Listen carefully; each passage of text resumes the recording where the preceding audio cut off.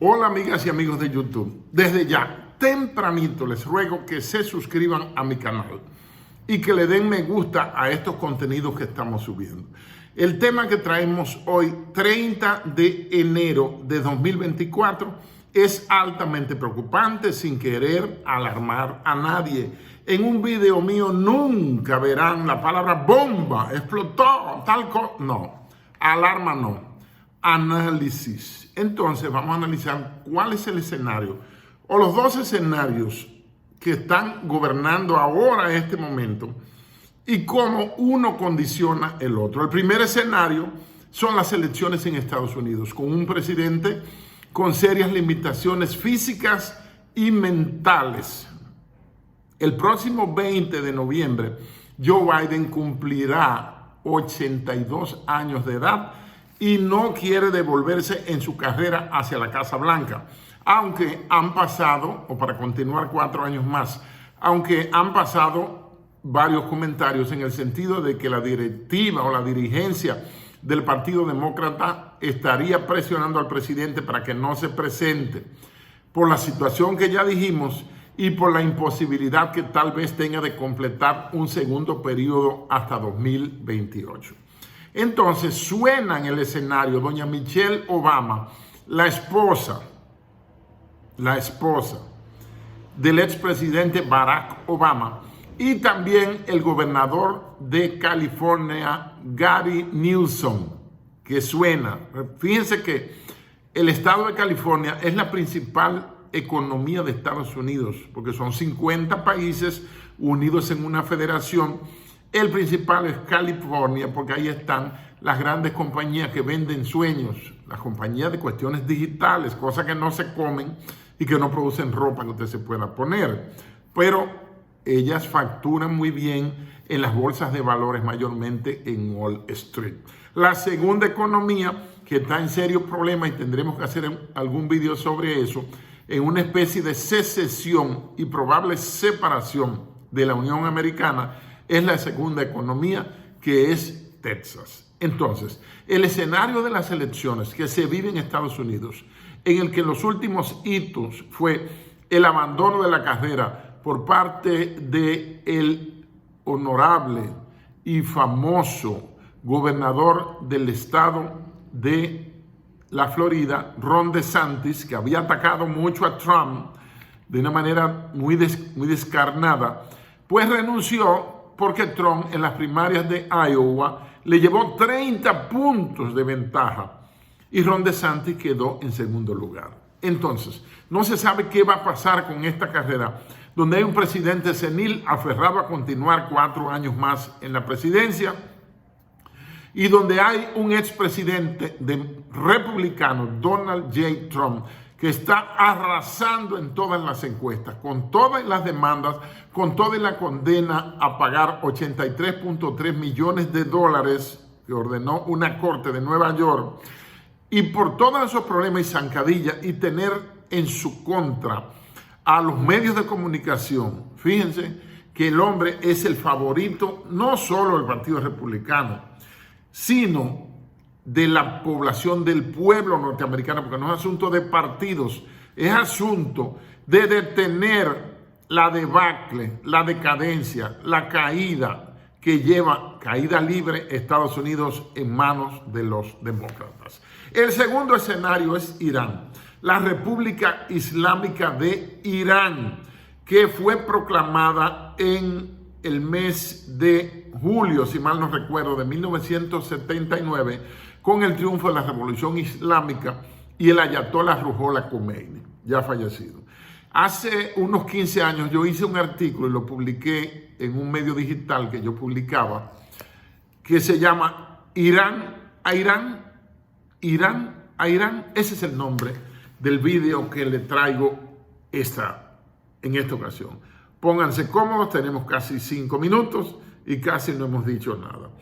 Entonces, les quiero recordar que en 2003, antes de que Estados Unidos entrara en la guerra en Irak, el general Wesley Clark, quien fue comandante de las tropas de la OTAN en Yugoslavia, ¿se acuerdan? En aquella guerra de Kosovo, Yugoslavia y todas esas cosas, entró a saludar un amigo a otro general en el Pentágono, que queda en el estado de Virginia, aunque todas las noticias del Pentágono son fechadas en Washington, pero es en Virginia que queda. Se toma la carretera 395 y ahí usted pasa por el Pentágono. Le pasa cuando baja y le pasa cuando sube. Entonces ese general dio esas declaraciones no a una revista especializada en defensa, ni uno de esos think tanks, ni de esas revistas y periódicos, sino a una revista de rock and roll, a la revista Rolling Stone. Y le dijo que él visitó a ese amigo y como dos amigos militares se reúnen y comienzan a hablar de cosas pasadas y de cosas presentes y también de cosas futuras. Y él le dijo, mira, ese papelito, hay 7 países que vamos a atacar en los próximos 5 años. Se recuerda que el Ministerio de Defensa, la Secretaría de Defensa de Estados Unidos, queda precisamente en el Pentágono. Vamos a atacar 7 países. Ya había pasado el problema de las Torres Gemelas y las acusaciones de que Mohamed Atta y los demás terroristas que volaron supuestamente las Torres Gemelas con unos supuestos aviones y la demolición de la Torre 7, que no se habló de eso, y el avión cargado de dominicanos y el ataque al Pentágono, donde no se vio ningún avión, etcétera. Se lo dejo por ahí. Entonces, le dijo que iban a atacar a Siria, Libia, Somalia, Irak, Líbano, Sudán y por último Irán. Cuando yo escribí ese artículo, yo desconocía esa información de que Irán está en una lista, claro, que está en los Rogue State, los estados hostiles, la lista de los enemigos, ahí está Irán. Bueno, en esa lista atacaron Siria y fracasaron, atacaron Libia, mataron a Muammar Gaddafi, han hecho guerra en Somalia, ocuparon Irak como les dio la gana, han bombardeado el Líbano, han bombardeado en una guerra terrible a Sudán y falta ¿cuál? El 7º, Irán. Y ahora hay un escenario bélico geopolítico nuevo, peligroso, que fue que este fin de semana fue atacada la llamada Torre 22, que en realidad Estados Unidos tiene gran cantidad de bases en Oriente Medio e instalaciones secretas. Esa Torre 22 es una base prácticamente abandonada por los norteamericanos y fue atacada. Inicialmente se dijo que con drones, pero después se estableció que fue con misiles. No había habido muertos del proceso bélico, la escalada en Yemen de los milicianos hutis, que le deben su nombre a Abdel Malik Houthi, que es el jefe de ellos, que opera en la clandestinidad. Pero son realmente somalíes, son yemeníes de Yemen, que es el país que tiene el PIB más bajo del mundo. Entonces él se sorprendió, general Wesley Clark, que cómo es posible que van a atacar esos países. ¿Y por qué Irak? ¿Por qué Sudán? ¿Por qué Libia? ¿Por qué Somalia? Eso fue una lista que se hizo, nada más y nada menos que comenzando el siglo XXI. Recuerden que hay un documento desclasificado de Henry Kissinger que dice Estrategia para el nuevo siglo americano. Dice The New Century American Strategy, redactado por Henry Kissinger, donde están esas listicas de todos esos países que Estados Unidos iba a atacar para exportar guerras, llevar muerte y destrucción y así garantizarle seguridad al Estado de Israel. Entonces, con ese ataque hubo 3 militares muertos y 34 entre técnicos, asesores y tripulación muertos en esa base. Han habido más de 160 ataques de los hutíes contra instalaciones, intereses y barcos norteamericanos. Entonces, Irán dice que va a hacer su represalia en su momento por la muerte del general, de los muertos en la caminata que hubo de celebración del 4º aniversario del general Qasem Soleimani y de Aruru, uno de sus ayudantes. Entonces, ahí murieron 84 personas, el 12% niños, y 200 heridos fue el reporte inicial. Eso fue a principios de año. Entonces, Irán dice que va a responder a Estados Unidos e Israel, que es su enemigo, su archienemigo clásico. Este ataque de la Torre 22 fue hecho por un grupo de resistencia islámica de Irán. Ellos son los que hicieron su asunto, su ataque. Pero fíjense que todas las últimas guerras que ha peleado Estados Unidos, los últimos 75, 100 años, los ha perdido. ¿Por qué? Porque la estrategia norteamericana es aplastar, no es vencer. Por eso no vencieron en Irán, no vencieron en Afganistán, no vencieron en Irak, no vencieron en Vietnam, no vencieron en Siria, que ahí estaba Bashar al-Assad desde 2011, hace 13 años, campante como el romo aquel. Entonces, la acusación que hay contra Irán es que apoya, subvenciona y financia y le da armamento a estas milicias de Yemen, algo que nadie, ninguna de las 16 agencias de seguridad norteamericanas se atreve a informar que lo ha confirmado, pero se le ha vendido eso a los medios de comunicación y se ha vendido esa información.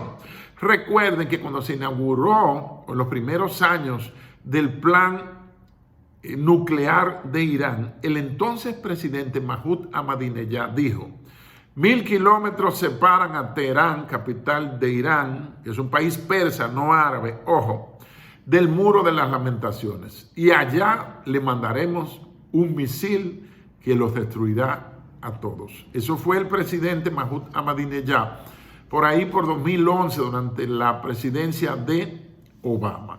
Entonces, la semana pasada, el secretario de Estado de Estados Unidos, Anthony Blinken, realizó su cuarto viaje en lo que va de la presidencia de en lo que va la presidencia de Biden, que también es con B, su cuarto viaje a Medio Oriente, y dijo: Medio Oriente está convertido ahora mismo en un polvorín que podría tener una escalada global.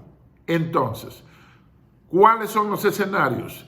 Que los presidentes norteamericanos históricamente, y el caso más palmario fue el de Carter, el presidente Carter, y la toma de los rehenes. Ese fue el caso más emblemático. Sacaron a Carter y entonces entró Reagan.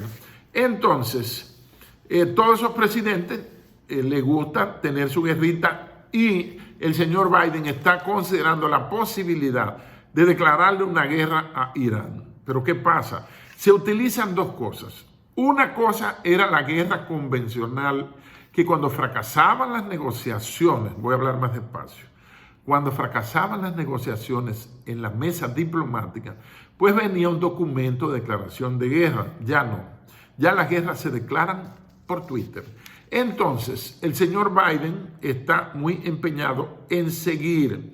Está la escalada del Mar Rojo. Está en el escenario reciente, ahora en enero, que ya pronto se termina, pasado mañana. Está las tensiones de una probable guerra de 2.0, una segunda guerra de Corea, que ya yo la mencioné humildemente en un escenario hace como 2 meses. Está también las tensiones en el mar de China, entre China y Taiwán, que yo creo que China nunca habría de atacar o invadir a Taiwán. ¿Por qué? Porque los taiwaneses son chinos. Nadie le dice esa vaina que yo le estoy diciendo. Los taiwaneses son chinos. Los habitantes que hubo durante miles de años en Formosa, que fue colonizada y entre comillas descubierta por Portugal, Formosa o Fermosa, que significa hermosa. Y luego el 1 de octubre de 1949, Chiang Kai-shek, el generalísimo, huye de la China continental y se refugia en Formosa, cumpliendo órdenes de los gringos de fundarle un estado de probeta frente a las mismas narices de China. Eso es geopolítica pura, porque se están utilizando las guerras proxy. Entonces, los habitantes que habían en Taiwán antes del 1 de octubre de 1949 eran chinos. Y el millón que se fue con Chiang Kai-shek en barcos eran chinos también. Y hay gran cantidad de chinos, unos 10 millones, que estudian y trabajan, siendo taiwaneses, chinos taiwaneses, que trabajan y estudian en China de manera normal. No se dejen llevar de la propaganda, porque incluso, le voy a dar un dato, Taiwán es una islita rocosa que de la parte española de la isla de Santo Domingo, lo que ocupa la República Dominicana, que tiene 2/3 de los 3/3, que son 72,000 y pico, tenemos 48,442 mal medidos. Nosotros le llevamos 12,200 kilómetros de superficie a Taiwán. Ojo, ese dato. Entonces, todas las opciones están sobre la mesa. Irán ha dicho que va a responder y que los responsables de esas muertes la pagarán muy caro.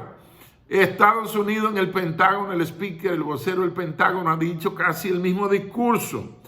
Entonces, les recuento que todas las estrategias de Estados Unidos han fracasado, porque parece que la estrategia de ellos, aunque no esté en la estrategia nacional de seguridad, que los presidentes, cada presidente debe hacerla, redactarla y publicarla a lo largo de los 4 años de gobierno, aunque esté escrita una cosa y la realidad es que Estados Unidos lo que ha hecho es gastar armamento, los muertos no importan, bombardear, gastar bombas, le pagan el seguro a las viudas de sus soldados muertos, eso no importa, los muertos no importan, entiéndanlo por favor, que las guerras, a partir de ese mensaje que le mandó el presidente Harry S. Truman el 6 y 9 de agosto de 1945 a las 2 ciudades de mayoría cristiana católica de Japón, a Hiroshima y Nagasaki.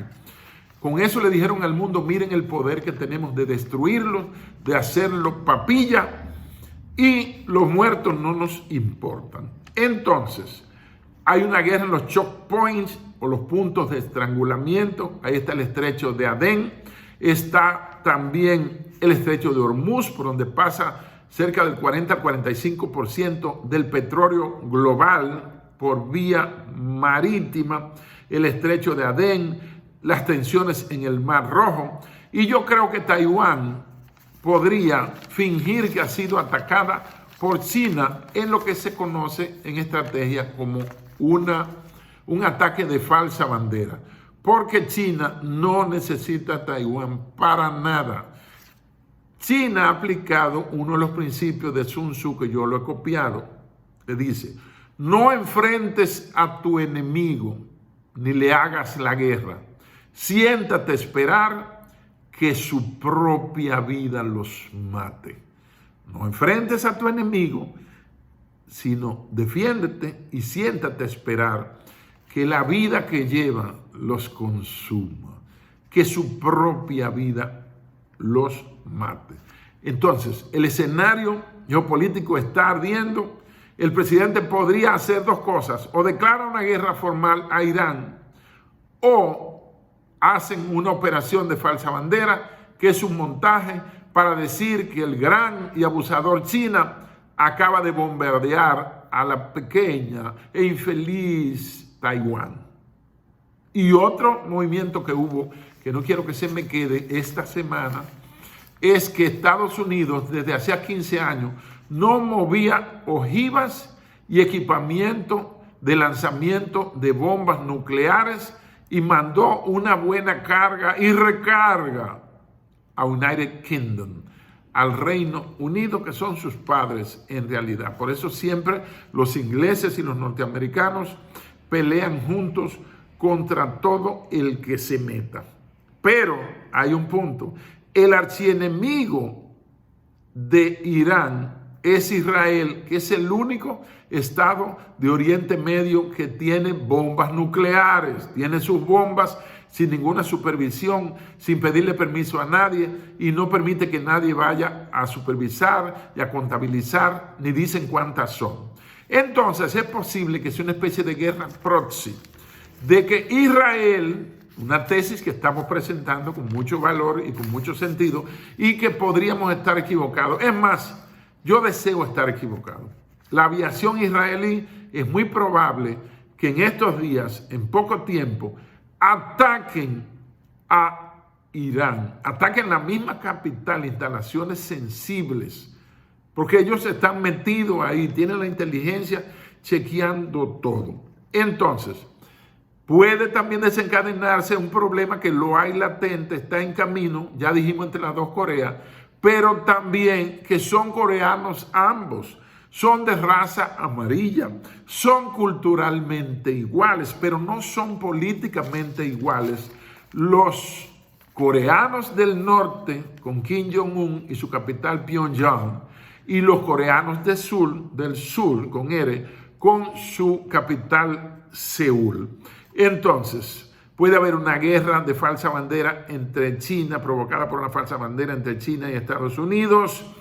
Está la probable guerra entre Alemania y Rusia, una guerra en territorio europeo que podría alimentar la guerra que ya le hemos descrito hasta ahora, interconectarse bélicamente con estos otros escenarios, sin dejar de lado el que se está llevando, la masacre que lleva ya desde el 7 de octubre, cerca de 24,000 muertos y muchísimos desplazados.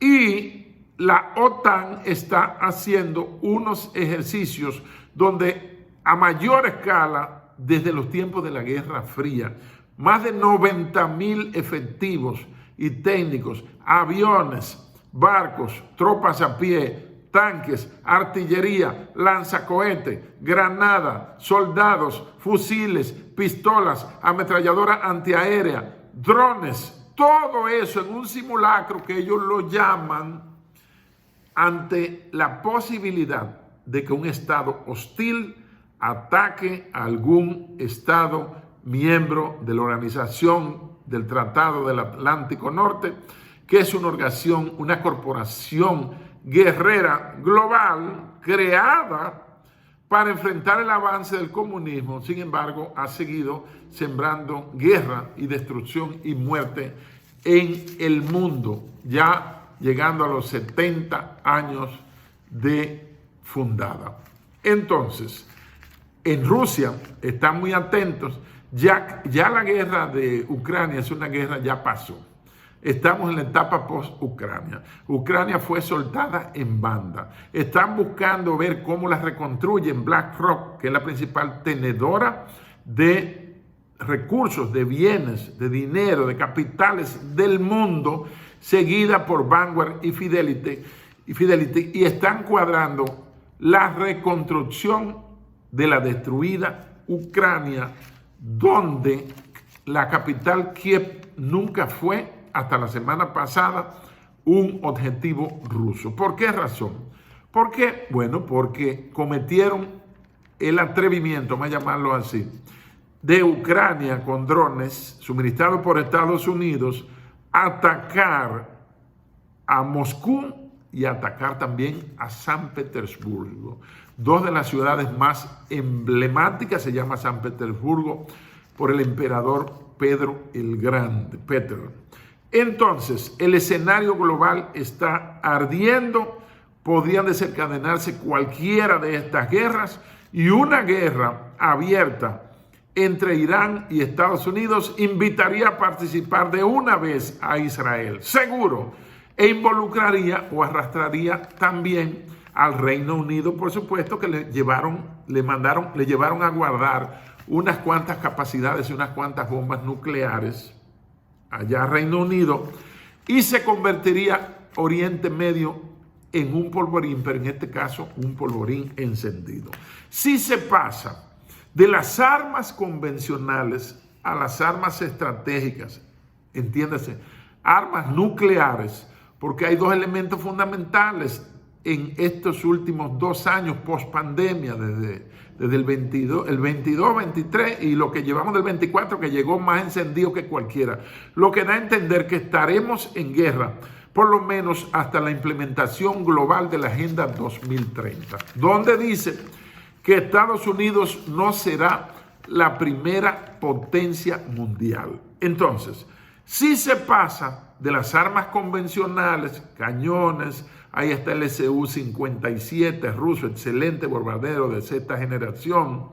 Ahí está que a Turquía, que es el único estado no cristiano, porque es de mayoría musulmana, que pertenece a la Organización del Atlántico Norte, pero eso es por la importancia estratégica que históricamente ha tenido Turquía como puerta de paso a 3 continentes: Europa, Asia y Eurasia, por supuesto. Entonces, el horno no está para galletitas. La paz mundial pende de un hilo. Los dueños del poder, los redactores y fabricantes de guerra no desean la paz porque la paz no es rentable.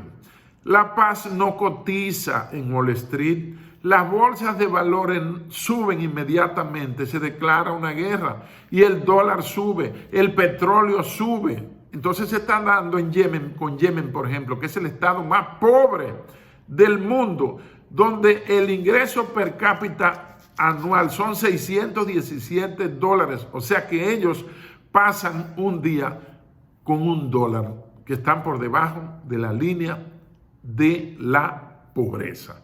Entonces, 2 potencias que son ambos miembros del Consejo de Seguridad, miembros permanentes con poder de veto de las Naciones Unidas, que es Inglaterra, Reino Unido y Estados Unidos, y tienen ambos capacidad nuclear, están atacando la población yemení, sin contabilizar los muertos, porque las cadenas que han de publicar los muertos también son propiedad de los dueños de la guerra y de las grandes compañías guerreras que están felices cada vez y se frotan las manos cada vez que explota un nuevo conflicto, una nueva guerra, porque ellos no quieren que nadie se muera, pero quieren que su negocio prospere. Entonces, el mundo, todos los que nos sigan, todos los que vean este video, compártanlo, por favor, estamos casi en media hora. El mundo está en un hilito la paz mundial, porque hay un detalle que sin querer queriendo se lo dejé de último, y es que Irán no ha dicho todavía si ya logró enriquecer uranio al 90%, lo que se llama la heavy water o agua pesada, que es el grado que se necesita para alcanzar la fisión nuclear y construir bombas nucleares, ojivas nucleares, que colocadas en la cabeza de sus misiles intercontinentales, pues pueden transportar una bomba nuclear a la misma Casa Blanca o al Pentágono. Entonces, esa es la situación que está viviendo el mundo, donde cada día nos despiertan con una desgracia nueva, cada día nos despiertan con un desastre nuevo, cada día nos despiertan con una amenaza nueva. Cada vez que entro a YouTube es muerte, es destrucción. Las naciones han perdido el sentido, y esto parece ser apocalíptico. No piensan en la salida diplomática. Y usted se pregunta, ¿qué hacían esos soldados muertos? Porque un soldado muerto, para lo que hemos sido soldados, es como una cosa sagrada, porque Dios ofrendó su vida por los intereses de su país, en este caso. Pero ¿qué hacían a miles y miles de millas de sus casas y lejos de su familia cumpliendo con su deber? Cayeron 3 norteamericanos. Recuerden que no había habido muertos hasta ahora, pero ya los hay. Ya hay, Estados Unidos tiene lo que se llama el casus belli, que es el motivo bélico, la motivación para la guerra, dicha en latín, que podría servir de excusa para una escalada que ojalá sea estratégica. Desde 1945 no se lanza una bomba. Eso no quiere decir que no se pueda lanzar, primero, en una operación de falsa bandera. Segundo, deliberadamente que una potencia ataque a otra. Tercero, que algún estado hostil de Estados Unidos, que está en franca desbandada y en decadencia cayendo hace más de 50 años, fabriquen una bomba nuclear sucia y se la tiren a alguna instalación importante norteamericana. Todos esos escenarios están sobre la mesa, mientras el senil de Biden insiste en seguir siendo presidente en unas elecciones que a todas luces, aunque hagan un fraude colosal, él las va a perder. Kamala Harris saldrá de la vicepresidencia sin haber aportado nada, ni siquiera a la comunidad negra, ni a la comunidad gay, ni a la comunidad que fuese, ni a los afroamericanos, ni al pueblo norteamericano. Entonces, doña Michelle Obama, si es doña, está planeando una posibilidad de lanzar una carrera hacia la Casa Blanca. O podría ser Gary Newsom, como ya dijimos, el gobernador de la primera economía norteamericana, porque son 50 países en realidad, los estados norteamericanos son 50 países unidos en una unión federal. Gracias, si llegó hasta aquí es un guapo, lo felicito. Póngale un 31 al final a su comentario y suscríbase y dele like y toque la campanita de las notificaciones y distribuya este análisis que hacemos con la mejor intención, porque lo que queremos es la paz mundial. Muchas gracias.